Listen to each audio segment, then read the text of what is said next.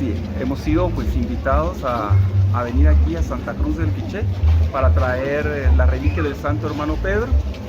El propósito pues es celebrar varias fiestas, los 50 años de la diócesis del Quiché, los 350 años de la Pascua de nuestro Padre Fundador y los 15 años de la canonización del Santo Hermano Pedro.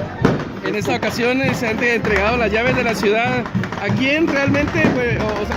¿Es a una parroquia en especial o es en conmemoración de los vestigios del hermano Pedro que vienen el día de hoy?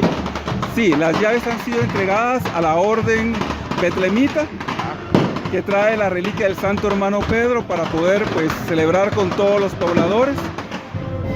Y ya nos toca a nosotros pues también ser fieles testigos de este recibimiento a nuestro Padre Fundador.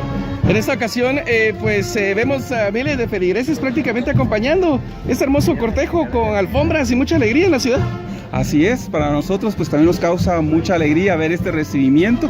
Tal vez uno no logra visualizar lo que va a esperar al venir, pero sí es un momento de mucha alegría y de gozo ver cuánto es querido el Santo Hermano Pedro por aquí. Nosotros venimos desde Antigua Guatemala, lo tenemos allá en la tumba que está en San Francisco, donde reposan sus restos, y pues hoy viene pues también parte de estos restos del Santo Hermano Pedro a visitar aquí.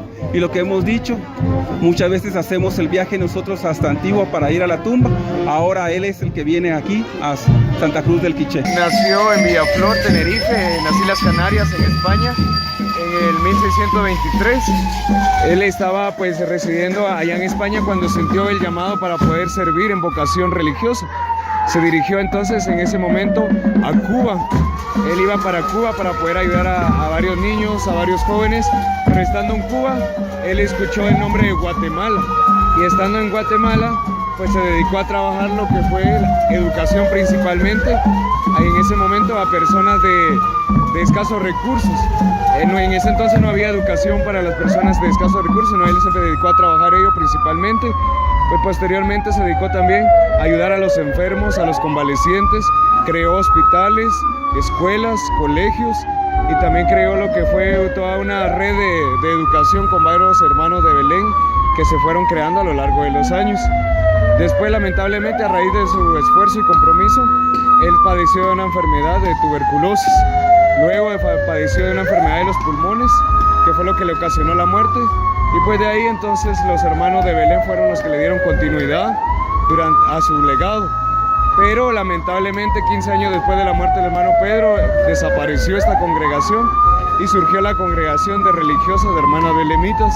Desde ese entonces pues ya han sido más de 350 años desde la creación de esta fundación del Santo Hermano Pedro.